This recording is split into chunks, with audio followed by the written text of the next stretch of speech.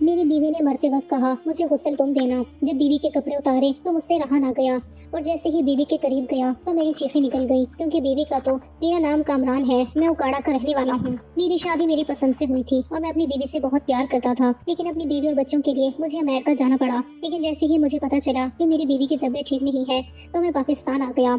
मेरी बीवी अस्पताल में बीमार पड़ी थी और मेरी ऐसी हालत थी कि मैं बिल्कुल बेबस और मजबूर था। मैं चाहकर भी अपनी बीवी को नहीं बचा सकता था। मैं अपनी बीवी को हर हाल में बचाना चाहता था, क्योंकि मुझे अपनी बीवी से बहुत ज्यादा मोहब्बत और चाहत थी। लेकिन डॉक्टर जवाब दे चुके थे, मैं चाहकर भी कुछ नहीं कर सकता था। मैंने कई साल परदेश में काटे थे ताकि अपनी बीवी के साथ एक अच्छा मुस्तकबिल बना सकूं और अपने होने वाले बच्चों का मुस्तकबिल महफूज कर सकूं और फिर सुकून से जिंदगी गुजार सकूं। लेकिन किस्मत ने मुझे मौका ही नहीं दिया था। पैसा तो मैंने कमा लिया था, लेकिन शायद उसे इस्तेमाल करने के वक्त मैं खा नहीं सका था, क्योंकि जब मैं लौट कर आया तो मेरी बीवी बहुत ही ज्यादा बीमार थी। ये 15 जून की शाम थी जब मेरे घर वालों का मुझे फोन आया। मैं उस वक्त अमेरिका की एक बहुत बड़ी कंपनी में काम कर रहा था। मुझे पता चला कि उसे शदीद बुखार के बायस झटके लग रही हैं। मेरी माँ ने मुझे फौरन पैसे भेजने के लिए कहा था। मैंने जमा करके पैसे तो भिजवा दिए थे, लेकिन मेरा दिल मुतमईन ही नहीं हुआ था। मेरा दिल बहुत परेशान था। मुझे अजीब सी बेचैनी का एहसास हो रहा था, जैसे कुछ बहुत बुरा होने वाला हो। इसीलिए मैं खुद भी अगली फ्लाइट से वापस आ गया था और काफी दिनों से मेरी बीवी से राब्ता नहीं हो सका था, क्योंकि वो बहुत ही कम मुझसे फोन पर बात करती थी।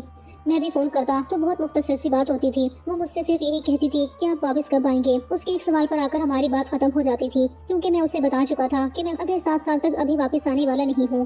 फिर भी वो बार बार यही सवाल दोहराती थी। शायद यही वजह थी कि हमारे दरमियान राब्ता बहुत कम हो गया था, क्योंकि उसके पास इस बात के अलावा कोई बात ही नहीं थी। मैंने उसे बहुत दफा समझाया था कि मैं हर साल 1 महीने की छुट्टी पर तो आ सकता हूँ, लेकिन नौकरी छोड़कर आना मेरे लिए मुमकिन नहीं है, और वो शायद मुझसे खफा हो जाती थी। पता नहीं क्या बात थी कि वो फोन काट दिया करती थी।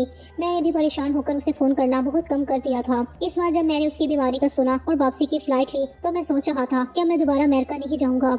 ऐसी मुश्किल नौकरी है, पैसे का क्या फायदा कि जिसकी वजह से मैं अपनी बीवी से ही दूर रहूं, और वो भी मुझसे नाराज रहती है। दुख परेशानी में तन्हा है। मेरे घर वाले तो उसके साथ थे, लेकिन शोहर का होना एक अलग बात होती है। और इस बात का एहसास मुझे अब हो रहा था जब वो अस्पताल में एडमिट हो चुकी थी। उसकी खैरियत की दुआएं मांगता मैं वापस पाकिस्तान पहुंचा था, लेकिन यहाँ आकर पता चला कि वो भी अस्पताल में है।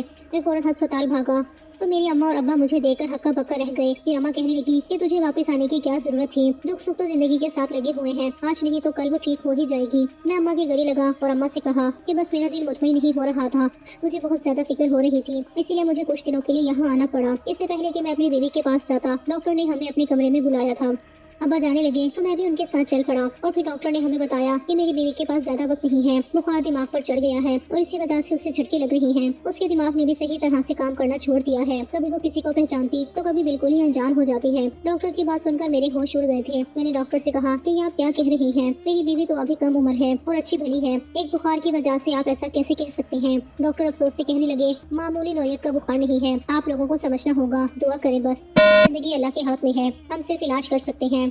डॉक्टर की बातों ने मेरे पैरों से जान निकाल दी थी। मैं बहुत मुश्किल से कदम उठाता अपनी बीवी के पास पहुंचा था। जैसे ही मैं उसके सामने गया तो वो मुझे फौरन पहचान गई। उसने कामरान कहकर मुझे पुकारा और फिर मेरा हाथ पकड़ लिया। मेरी आंखों से आंसू बह रहे थे, क्योंकि मेरी बीवी को ऑक्सीजन लगा हुआ था। न जाने कितने बरनोले उसके हाथों पर लगे हुए थे कि उसके हाथ जगह जगह से नीले पड़ गए थे, आंखों के नीचे हल्के थे और चेहरा सदियों का बीमार लग रहा था। मैं अपनी बीवी को हंसता बसता छोड़कर गया था, लेकिन अब जब मैं 3 साल बाद लौटा तो उसकी हालत देखकर मेरी रूह कांप गई थी। मैंने फौरन उसका हाथ पकड़ लिया और कहा कि जल्दी से ठीक हो जाओ, देखो मैं तुम्हारे लिए वापस आ गया हूँ। मेरी इस बात पर उसके चेहरे पर एक पल के लिए मुस्कुराहट आई थी। फिर काफी देर की खामोशी के बाद उसने जो बात कही वो सुनकर मैं लरज उठा। कहने लगी, कामरान, जिंदगी में तो मुझे सही तरह से आपका साथ नहीं मिल सका, लेकिन मैं चाहती हूँ कि मेरे आखिरी सफर पर आप मुझे अपने हाथों से तैयार करके रवाना करें। ये बात सुनते ही मेरी आंखों से एकदम आंसू गिर पड़े और मैंने कहा, क्यों ऐसी बातें कर रही हो, तुम जल्दी ठीक हो जाओगी, हम घर चलेंगे, अभी तो हमें अपने बच्चों की खुशियाँ भी देखनी है। 4 साल की शादीशुदा जिंदगी में हम अभी तक बेऔलाद थे। मैंने उससे कहा कि जल्दी ही तुम मुझे बताओगी कि तुम मेरे बच्चे की माँ बनने वाली हो। ये सुनकर उसके चेहरे पर एक उदासी आ गई और वो कहने लगी, ये मेरी आखिरी ख्वाहिश है, इसे आप मेरी वसीयत समझ लें। मेरे आखिरी सफर पर आप मुझे अपने हाथों से गुस्ल देंगे, मुझे तैयार करेंगे और मेरी कब्र पे भी खुद उतारेंगे, तो मुझे सुकून नसीब हो जाएगा। मुझे इस जहां में ना सही, लेकिन उस जहां में मुझे आपका साथ मिलेगा। मैं आपकी खुशबू अपने साथ लेकर जाना चाहती हूँ। मेरी बीवी के दिलों ने मेरे कदमों तले से जमीन निकाल दी थी। वो जिंदगी की नहीं, मौत की बात कर रही थी। मैंने कभी सोचा भी नहीं था कि हमारा साथ इतना मुख्तसर होगा। मैंने उससे कहा कि खुदा के लिए आयशा ऐसी बातें ना करो, तुम जल्दी ठीक हो जाओगी। लेकिन उसके बाद उसे झटके लगना शुरू हो गए थे। डॉक्टर ने मुझे कमरे से निकाल दिया था। फिर कुछ देर के बाद जो खबर मुझे सुनने को मिली थी, मेरे सर पर आसमान गिर पड़ा था। मेरी बीवी इस दुनिया से जा चुकी थी। वो मेरी और मेरी बीवी की आखिरी मुलाकात थी और शायद मुझे वसीयत करने के लिए ही जिंदा थी या फिर मुझे देखना चाहती थी। और मुझे देखने के कुछ ही देर के बाद ही उसकी रूह उसका जिस्म छोड़कर चली गई थी। हैरत की बात ये थी कि वो मुझे देखते ही पहचान गई थी। आयशा के बूढ़े माँ बाप का रो रो कर बुरा हाल था, जबकि मेरे घर वाले भी एक तरफ परेशान खड़े थे। इस तरह एक जवान लड़की का दुनिया से चले जाना बहुत बड़ा सानिहा ही होता है, और वो भी अचानक ही बुखार की वजह से। मुझे कल रात को ही पता चला था कि आयशा की तबीयत बहुत खराब है और आज सुबह की फ्लाइट से मैं वापस आ गया था। लेकिन इसके बावजूद भी मुझे उसका तवील साथ नसीब नहीं हो सका था। पता नहीं वो कब से बीमार थी, कब उसे बुखार हुआ। मेरे घर वाले उसे कब अस्पताल लाए, मुझे किसी भी बात का इल्म नहीं था। अस्पताल की जरूरी कार्रवाई मेरे भाइयों ने करवाई और फिर हम डेड बॉडी लेकर घर पहुंच गए। मैं पूरी तरह अपने हवासों में नहीं था कि जब मैंने अपनी बड़ी बहन की आवाज सुनी। वो कह रही थी कि आयशा को गुस्ल मैं और अम्मा मिलकर देंगे, किसी बाहर वाले बंदे को बुलाने की जरूरत नहीं है। अचानक ही मुझे आयशा की वसीयत याद आई और मैंने फौरन अपनी बहन को कहा कि इसकी जरूरत नहीं है। मैं जिंदगी में शायद अपनी बीवी का हक अदा नहीं कर सका, लेकिन उसकी आखिरी वसीयत जरूर पूरी करूंगा। मैं उसे खुद अपने हाथों से गुस्ल दूंगा और खुद कफन पहनाऊंगा। यही उसकी आखिरी ख्वाहिश थी और ये मेरा फर्ज है। मेरी बहन ने अजीब सी नजरों से मुझे देखा और कहने लगी, इसकी कोई जरूरत नहीं है। अब तुम अपनी बीवी को गुस्सा नहीं दे सकते, वो मर चुकी है, तुम्हारा उससे कोई ताल्लुक नहीं रहा। दुनिया वालों को पता चलेगा तो लोग हम पर थूकेंगे। मैं और अम्मा मिलकर गुस्ल देंगे, तुम्हें परेशान होने की जरूरत नहीं है। मैंने गुस्से से बड़ी बहन को देखा और कहा कि मैंने कह दिया ना, ये मेरी बीवी की वसीयत थी, मैं उसे खुद गुस्ल दूंगा। मेरा गुस्सा देखकर कुछ देर के लिए मेरी बहन खामोश हुई और फिर प्यार से मुझे समझाने लगी कि देखो कमरान, ये मुनासिब नहीं है। यहाँ बहुत से लोग हैं जो इस बात का पतंगड़ बनाएंगे, हमारी बहुत बदनामी होगी। आज तक कहीं ऐसा देखा है ना सुना है कि एक शौहर ने अपनी बीवी को गुस्ल दिया हो। मैंने गुस्से से कहा कि मुझे ना ही लोगों की परवाह है और ना ही इस बात की कि यहाँ कौन क्या कहेगा। मैं सिर्फ इतना जानता हूँ कि ये मेरा फर्ज है कि मैं अपनी बीवी की वसीयत पर अमल करूँ। मैंने बहन के और अम्मा के ना चाहते हुए भी खुद आयशा को गुस्ल देने की तैयारी शुरू की और सब लोगों को उस कमरे से बाहर निकाल दिया जहाँ मुझे आयशा को गुस्ल देना था। हर कोई अजीब अजीब बातें बना रहा था कि शौहर कैसे बीवी को गुस्ल दे सकता है, ये तो परदेश से आकर बावला ही हो गया है। कम से कम उसकी माँ बहन को ही रोकना चाहिए था, लेकिन मैंने अपने कानों पर हाथ रख दिया था। मुझे किसी की कोई आवाज नहीं सुनी थी। मैंने उस कमरे का दरवाजा बंद कर लिया जहाँ मैं और मेरी मरहूम बीवी आयशा मौजूद थे। अपनी बहन से कहकर गर्म पानी का इंतजाम मैं करवा चुका था। मैंने इससे पहले भी अपने दोस्तों को गुस्ल दिया था, इसलिए मुझे गुस्ल का तरीका मालूम था। मैंने सोचा था कि मैं खुद उसे गुस्ल देकर उसकी वसीयत को पूरा कर दूंगा, लेकिन जैसे ही मेरी नजर आयशा के चेहरे पर पड़ी तो मैं एकदम दंग रह गया। उसका चेहरा अस्पताल वाला नहीं था, बल्कि ऐसा लग रहा था जैसे उसका चेहरा चौदहवीं का चांद हो। ना ही वो बीमार लग रही थी और ना ही आंखों के हल्के थे जो कि अस्पताल में बात से दिखाई दे रहे थे। उसके होठों पर एक मध्यम सी मुस्कुराहट थी जो महसूस हो रही थी। मेरा दिल बहुत तेजी से धड़क रहा था। मुझे अपनी बीवी पर बेसाख्ता ही प्यार आ गया था। उसे देखते हुए मुझे शादी की वो रात याद आ गई थी जब मैंने पहली बार उसे देखा था। उस दिन भी वो ऐसे ही खूबसूरत और मासूम थी जैसे कि इस वक्त लग रही थी। जिंदगी ने बहुत जल्दी हम दोनों को एक दूसरे से जुदा कर दिया था। मैं तो परदेश में कब से उसके साथ का ख्वाहिशमंद था। मेरा दिल वहाँ रहकर भी आयशा को याद करता था। मैं उसके साथ अपनी ख्वाहिशात और खुशियों को मुकम्मल करना चाहता था। मैं हर वक्त अपनी छुट्टियों के दिन गिनता था कि कब महीने गुजरेंगे और मुझे एक महीने की छुट्टी मिलेगी। लेकिन किसी को ना मालूम था कि मैं इतनी अचानक छुट्टी लेकर इस तरह आऊंगा और मुझे अपनी बीवी की मौत की खबर सुनने को मिलेगी। बहुत मुश्किल से मैंने अपने जज्बात पर पहरा बांधा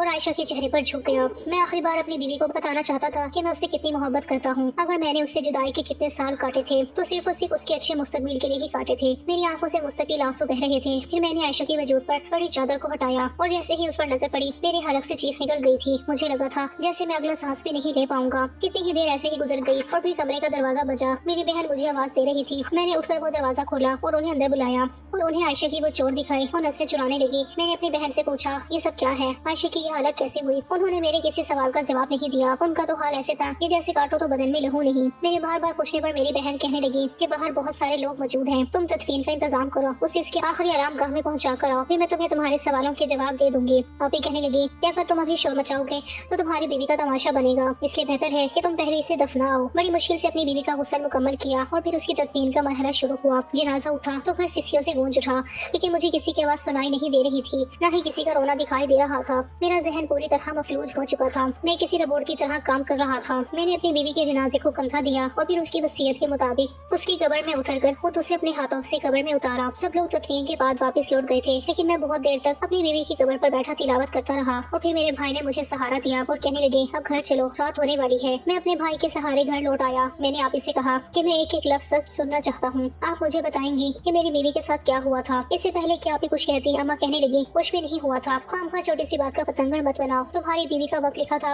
और वो इस दुनिया से चली गई। अब उसके लिए क्या माँ बहनों से सवाल जवाब करोगे। अम्मा की बात सुनकर मैं हैरान रह गया था। मेरी बीवी मर गई थी और अम्मा हर बात को मामूली कह रही थी। मैंने आप ही की तरफ देखा तो आप ही की आंखों से आंसू बहने लगे। अम्मा ने घूर कर आप ही को देखा, जैसे वो उन्हें खामोश करवाना चाहती हूँ, लेकिन मेरा जबरदस्ती करने पर आप ही ने जो कुछ बताया वो सुनने के बाद मेरे लिए सांस लेना भी मुश्किल हो गया।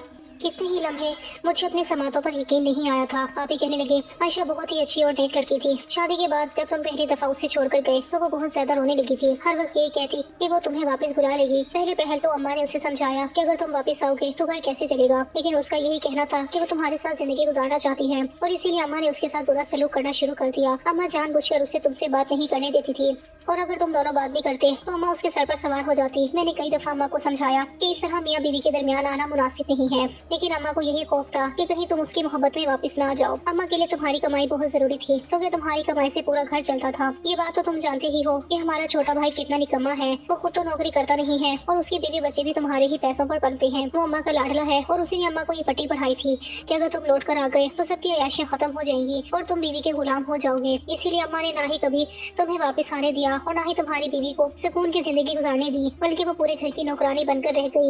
लेकिन फिर भी आयशा ने कभी किसी को बुरा नहीं कहा, किसी के खिलाफ आवाज नहीं उठाई। वो खामोशी से सारे घर का काम काज करती, वक्त पर अपनी नमाजें पढ़ती और तुम्हारी वापसी की दुआएं करती। हर बीवी ही अपने शौहर का साथ चाहती है और मेरी नजर में आयशा का मुतालबा गलत नहीं था। वो तुमसे शादी करके इस घर में आई थी और सारे घर वालों की वो मुफ्त में नौकरानी बनी हुई थी और खुद जिंदगी की खुशियों से महरूम थी। लेकिन बात यही खत्म नहीं हुई।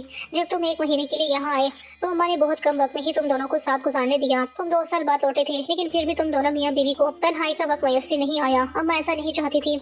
अगर तुम्हें याद हो तो मैं जानबूझकर तुम्हें देर रातों तक अपने कमरे में रोक कर रखती थी और जब तुम वापस जाते तो तुम्हारी बीवी थक हार कर सो चुकी होती थी। तुम उन दिनों में मजीद अपनी बीवी से ही बदगुमान हो गए थे और फिर तुम वापस लौट गए। तुम्हारे जाने के 3 महीने बाद पता चला कि आयशा उम्मीद से है। अम्मा ने ये खबर हर किसी से छुपाई और आयशा को खुद ही डॉक्टर के पास ले गई। अम्मा ने ये दिखावा किया कि वो आयशा और उसके बच्चे के लिए बहुत फिक्रमंद है। दरअसल उन्होंने डॉक्टर से कहकर उन्हें ऐसी दवाई दी थी जिससे उसका बच्चा जाया हो जाता और फिर अम्मा ने आयशा को जानबूझकर वो दवाएं दी थी जिससे उसका हमल जाया हो गया और तुम्हें ना ही उसके हमल के बारे में बताया गया और ना ही बच्चे के जाया होने का। अम्मा ने आयशा से कहा कि तुम परदेश में परेशान हो जाओगे, इसलिए तुम्हें ऐसी कोई बात ना बताई जाए और वो तुम्हारी खातिर खामोश हो गई। लेकिन फिर कुछ महीनों के बाद उसे पता चला कि ये सब कुछ अम्मा की वजह से हुआ है। दरअसल वो डॉक्टर से कहीं मिल गई थी और डॉक्टर ने बातों बातों में उससे पूछा था कि उसने अपना बच्चा जाया क्यों करवाया और तब जाकर आयशा पर यह हकीकत खुली थी कि उसका बच्चा कुदरती तौर पर जाया नहीं हुआ बल्कि अम्मा की वजह से जाया हुआ है और वो यही बात तुम्हें बताना चाहती थी। लेकिन अम्मा ने उस दिन के बाद आयशा के साथ ज्यादती शुरू कर दी इस डर से कि कहीं वो तुम्हें सच न बता दे। अम्मा ने उसके साथ मारपीट का सिलसिला भी शुरू कर दिया। वो बेचारी घर का काम भी करती और अम्मा की मार भी सहती। उसके बूढ़े माँ बाप उसे अपने साथ ले जाना चाहते थे, लेकिन अम्मा ने उसे वहाँ भी जाने ना दिया। मैंने अम्मा को बहुत समझाया, लेकिन किसी ने मेरी कोई बात ना सुनी। मैंने हर मुमकिन कोशिश की कि आयशा को उन हालात से बचाऊं, लेकिन नाकाम रही। मैं शादी के बाद गाँव में अपने घर में रहती थी। मैं कभी कभार यहाँ आती तो आयशा को देखकर मेरा दिल चल उठता था। आयशा बस मारपीट की आदी हो गई थी। वो अपने हालात से राजी हो गई थी क्योंकि उसे मालूम हो गया था कि वो लाख मिन्नतें करे लेकिन तुम वापस नहीं आओगे। और फिर दिन रात घर के काम काज करते करते उसे बुखार हो गया। पता नहीं कब से उसे अंदर ही अंदर बुखार था जो हड्डियों में उतर गया और फिर वही बुखार इतना जोर से आया कि उसके दिमाग पर चढ़ गया और उसके बाद तो झटके लगने लगे और बुखार की वजह से ही उसका इंतकाल हुआ। लेकिन वो यहाँ तक जिस हाल में पहुँची है उसके जिम्मेदार हमारे घर वाले हैं। मुझे तो लगता है कि कहीं न कहीं मैं भी उसकी कातिल हूँ। ये कहकर आप जोर जोर से रोने लगी और मुझे ऐसा लगा कि जैसे किसी ने मेरे सर पर छत गिरा दी है। मैंने हैरत से अपनी माँ की तरफ देखा जो खुद औलाद रही थी, फिर वो किसी और की औलाद के साथ ऐसा कैसे कर सकती थी। अम्मा के चेहरे की शर्मिंदगी के तासुरात देखते हुए मैं हैरान था। वो मुझसे नजरें चुरा रही थी। मैंने बेयकीनी से अम्मा को झंझोड़ा और पूछा कि क्या आपने मेरा बच्चा जाया करवाया? क्या आपने मेरी बीवी को मारा पीटा था? क्या आप उसके साथ ज्यादती करती थी? और अम्मा के पास मेरी किसी सवाल का कोई जवाब नहीं था। मैंने बहुत मान से अपनी बीवी को अपने घर वालों के पास छोड़ा था, ये सोचकर कि मेरी माँ उसे बेटी जैसी मोहब्बत देगी, मेरा भाई उसे बहन समझेगा और मेरी कमाई पर वो ऐश करेगी। कुछ वक्त में पैसा जमा करके वापस आऊंगा तो फिर हम अपना अलग घर बनाएंगे। लेकिन मुझे नहीं मालूम था कि मेरे पीछे ये सब होगा। अम्मा हमेशा से ही मेरे छोटे भाई को मुझसे ज्यादा मोहब्बत करती थी, उसकी हर बात को अहमियत देती थी। लेकिन मुझे ये मालूम नहीं था कि मेरे भाई और उसके बच्चों का मुस्तकबिल बनाने के लिए अम्मा मुझे और मेरी औलाद को इस तरह नजरअंदाज करेंगी। क्या कोई माँ औलाद में इतना फर्क भी कर सकती है? मेरी हालत देखकर अम्मा मुझसे माफिया मांगने लगी। उन्हें अंदाजा नहीं था कि मेरी बीवी इस तरह अचानक दुनिया से चली जाएगी। लेकिन मैं अपनी माँ को माफ नहीं कर पाया।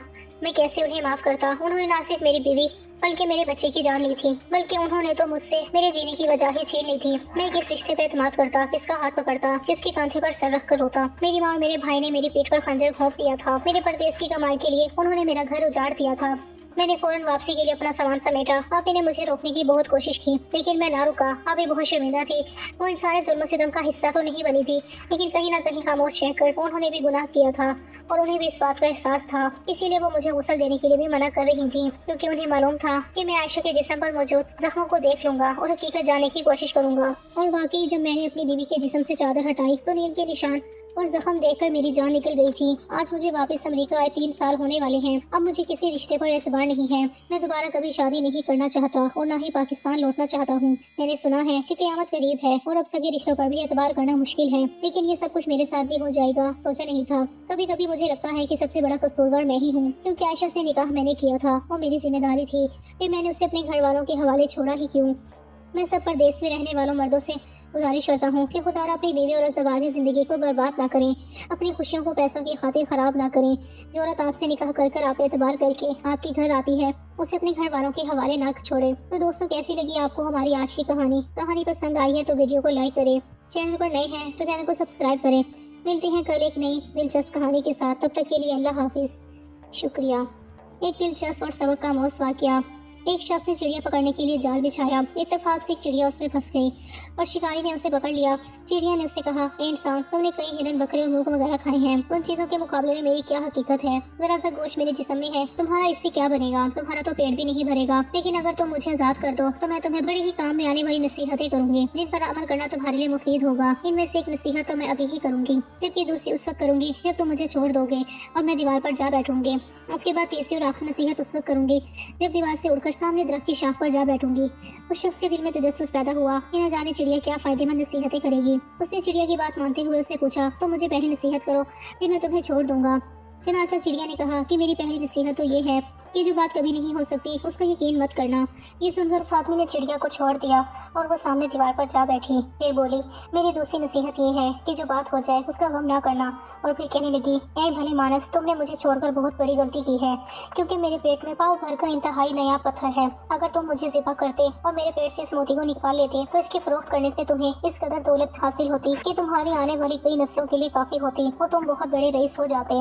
उस शख्स ने जो ये बात सुनी तो लगा अफसोस करने और पछताया कि इस चिड़िया को छोड़कर अपनी जिंदगी की बहुत बड़ी गलती की। अगर इसे ना छोड़ता तो मेरी नस्लें संवर जाती। चिड़िया ने जो उसे इस तरह सोच में पड़े देखा तो उड़कर दरख्त की शाख पर जा बैठी और बोली, ए भले मानस, मैंने तुम्हें पहली नसीहत की जिसे तुम भूल गए कि जो बात ना हो सकने वाली हो उसका हरगिज़ यकीन ना करना। लेकिन तुमने मेरी बात का एतबार कर लिया कि मैं छटांग भर वजन रखने वाली चिड़िया अपने पेट में पाव वजन का मोती रखती हूँ। क्या ये मुमकिन है? मैंने तुम्हें दूसरी नसीहत ये की थी कि जो बात हो जाए उसका गम ना करना, मगर तुमने दूसरी नसीहत का भी कोई असर ना लिया और गम और अफसोस में मुब्तला हो गए कि ख्वाम मुझे जाने दिया। तुम्हें कोई भी नसीहत करना बिल्कुल बेकार है। तुमने मेरी पहली 2 नसीहतों पर कब अमल किया जो तीसरी पर करोगे? तुम नसीहत के काबिल नहीं। ये कहते हुए चिड़िया फिर से उड़ी और हवा में परवास कर गई। वो शख्स वहीं खड़ा चिड़िया की बातों पर गौर फिक्र करते हुए सोचों में खो गया। वो लोग खुश नसीब होते हैं जिन्हें कोई नसीहत करने वाला मिलता है। हम अक्सर खुद को अक्ल कुल समझते हुए अपने मुखलिस साथियों और बुजुर्गों की नसीहतों पर अमल नहीं करते।